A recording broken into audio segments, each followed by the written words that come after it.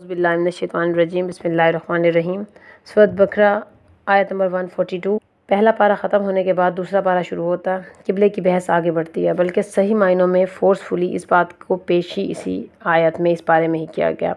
پہلے اس کا اشارہ ہوا تھا اور پروردگار فرماتے ہیں سَيَقُولُ السُّفَهَاءُ مِنَ النَّاسِ مَا وَلَّاهُمْ عَنْ قِبْلَتِهِمُ الَّتِي كَانُوا عَلَيْهَا کہ سفہا بیوقوف لوگ ضرور اس پر اعتراض کریں گے کہ کس نے ان کو قبلے کو تبدیل کرنے پر مجبور کر دیا۔ ظاہر ہے بیت المقدس کی طرف منہ کر کے مسلمان نماز پڑھتے تھے اور مکہ کی زندگی میں ہجرت سے پہلے یہی طریقہ رہا۔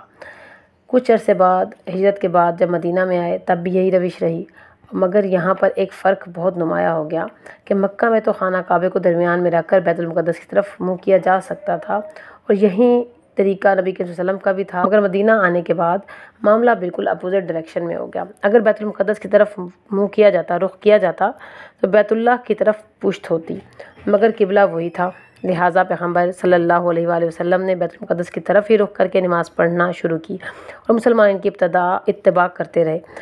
پھر مسجد ذو قبلتین نبی کریم صلی اللہ علیہ وسلم کو حکم ہوا کہ نبی کریم نے نماز کا ایک حصہ خانہ کعبہ کی طرف رخ کر کے ادا کیا اور قبلے کو تبدیل ہو گیا، مگر حکم کے نسخ ہونے کی وجہ سے بہت سے لوگوں نے اعتراض کیا۔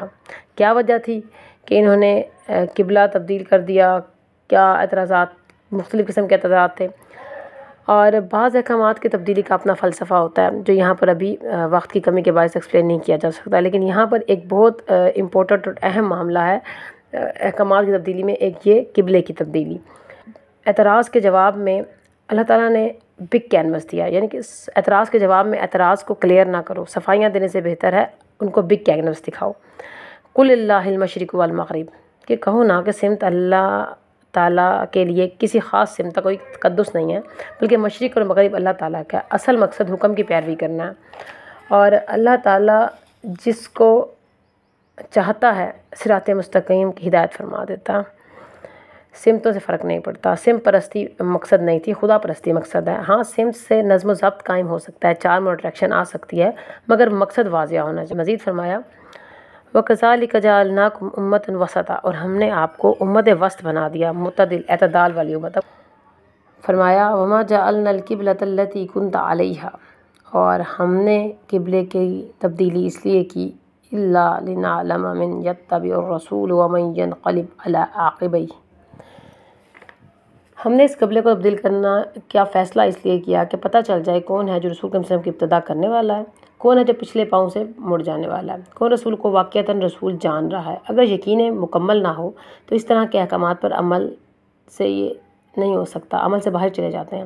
خود اللہ تعالیٰ فرماتے ہیں وَإِن كَانَ لَكَبِيرَةٌ إِلَّا عَلَى الَّذِينَ هَدَى اللَّهُ کہ یہ بہت سخت ہے مگر ان لوگوں کے لیے نہیں جنہیں پروردگار نے ہدایت دے دی۔ جو ہدایت قبول کر چکا ہے وہ تو پیغمبر عالم کے اطاعت میں پوری طرح سے سرشار ہے، اشارہ پیغمبر کے منتظر رہتے ہیں، جس طرح پیغمبر کہیں گے پیغمبر کی جو اتباع ہوگی ویسے کہ ویسے کرنی ہے کے لیے تیار ہو جاتے ہیں، اور یہ بھی واضح کر دیا کہ اللہ تمہارے ایمان کو ضائع نہیں کرتا۔ وَمَا كَانَ اللَّهُ لِيُضِيعَ إِيمَانَكُمْ یہاں پر نماز کو ایمان سے تعبیر کیا گیا اور نماز کی اہمیت بڑھا دی ہے کہ نماز جو آپ اس پہلے پڑھ چکے ہو وہ بھی ضائع نہیں ہوگی۔ إِنَّ اللَّهَ بِالنَّاسِ لَرَءُوفٌ رَحِيمٌ اور اللہ تعالیٰ لوگوں پر بہت مہربان اور رحم کرنے والا۔ اور امت وسط کا کیا کنسیپٹ ہے؟ امت وسط مطلب متعدل، اعتدال، عادل، نہ افراط نہ تفریط، ایکسٹریم رائٹس بھی نہیں۔ تم گواہ بن جاؤ گے لوگوں پر اور رسول گواہ ہوں گے ان تمام نبیوں پر۔ اس پر بھی بحث چلتی ہے کہ تمام امت کو امت کہا گیا ہے یا حضرت ابراہیم ایک فرد واحد تھے لیکن وہ امت سے تعبیر کیا گیا۔ ممکن ہے خطاب خاص ہو، گواہی کے لیے اسپیشلٹی کی ضرورت ہوتی ہے، اور گواہ وہ کامل نمونہ ہے جو معیاری ہونے کے ساتھ ساتھ دوسروں کے نقص اور کمال کے درجے کا اظہار بھی کر سکے۔ تو نبی اپنی امت پر گواہ ہوں گے اور نبی ان سب نبیوں پر گواہ ہوں گے، تو اس گواہی کی وجہ سے بھی امت وسط بنا دیا گیا، اور امت کو اور نبی کے وسلم کی امت کو اسپیشلٹی مل گئی۔ اور بنی اسرائیل کے بارے میں they understand they are no more a chosen nation, اور ان کا status their status is gone now مطلب اب ان کا اسٹیٹس ویسے نہیں رہا، اور قبلے کی تبدیلی کا بھی اپنے اسکلپچر میں تورات میں پہلے سے ہی ذکر تھا۔ اعتراض کرنے کا یہ مقصد نہیں ہے کہ ان کو پتہ نہیں تھا۔ مزید اللہ تعالیٰ اس کو ایکسپلین کریں گے قد نرى تقلب وجهك في السماء فلنولينك قبلة ترضاها۔ ہم آپ کے چہرے کو دیکھ رہے تھے کہ آپ بار بار آسمان کی طرف دیکھتے ہیں، گویا کب وہی نازل ہوتی ہے۔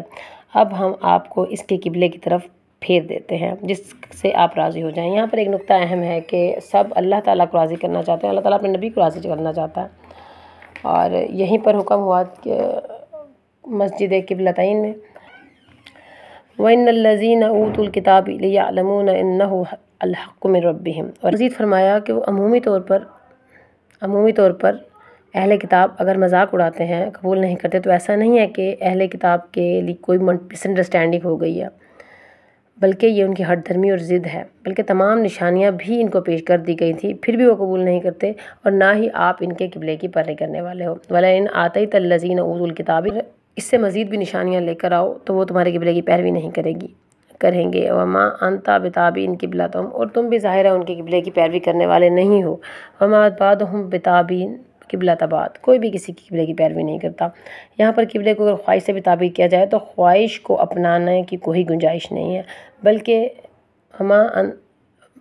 وَلَئِنْ اتَّبَعْتَ أَهْوَاءَهُمْ مِنْ بَعْدِ جَاءَكَ مِنَ الْعِلْمِ إِنَّكَ إِذًا لَمِنَ الظَّالِمِينَ، بلکہ اس کو ظلم سے تعبیر کیا گیا کہ جو بھی اتباع کرے گا اپنے خواہشات کی، اپنے فرقے کی، اپنی سوچ کی، تو وہ بیسیکلی ظلم کرتا ہے۔ حالانکہ کرنا کیا تھا، اللہ تعالیٰ جس سمت کا حکم دے وہ ماننا چاہیے تھا۔ اور جہاں تک اہل کتاب کی بات ہے، ان کو ویسے ہی کتابوں میں بھی بتا دیا گیا تھا اور ہسٹری میں بھی ان کو پتا تھا کہ آخری نبی کی جو امت ہے ان کا قبلہ پھر دوبارہ سے خانہ کعبہ ہوگا۔ سب جاننے کے باوجود انکار کرنا، اور آخری آیت میں اللہ تعالیٰ نے کیا فرمایا، مزید ایکسپلین کر دیا، الذین آتیناہم الکتاب یعرفون کما یعرفون ابناءکم، ان لوگوں کو جو کتاب دی گئی تھی وہ نبی کے وسلم کو ایسے پہچانتے ہیں جیسے اپنے بیٹوں کو پہچانتے ہیں۔ اپنے بیٹوں کو پہچاننے میں کبھی بھی کوئی غلطی نہیں کرتا، واضح طور پر اپنے اولاد کو انسان پہچانتا ہے، اور بالکل ویسا ہی وہ نبی کے وسلم کو پہچانتے تھے، یعنی کہ اتنا کلیئر انڈیکیشنز تھیں ان کے پاس۔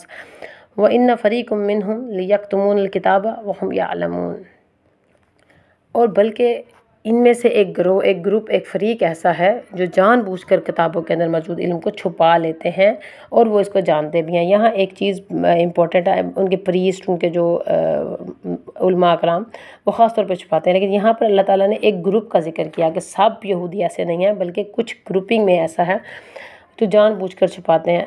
سب کو ایک ہی برش سے پینٹ نہیں کرنا، بلکہ ہر ایک کے لیے الگ اسپیشلٹی ہے۔ السلام علیکم ورحمۃ اللہ وبرکاتہ۔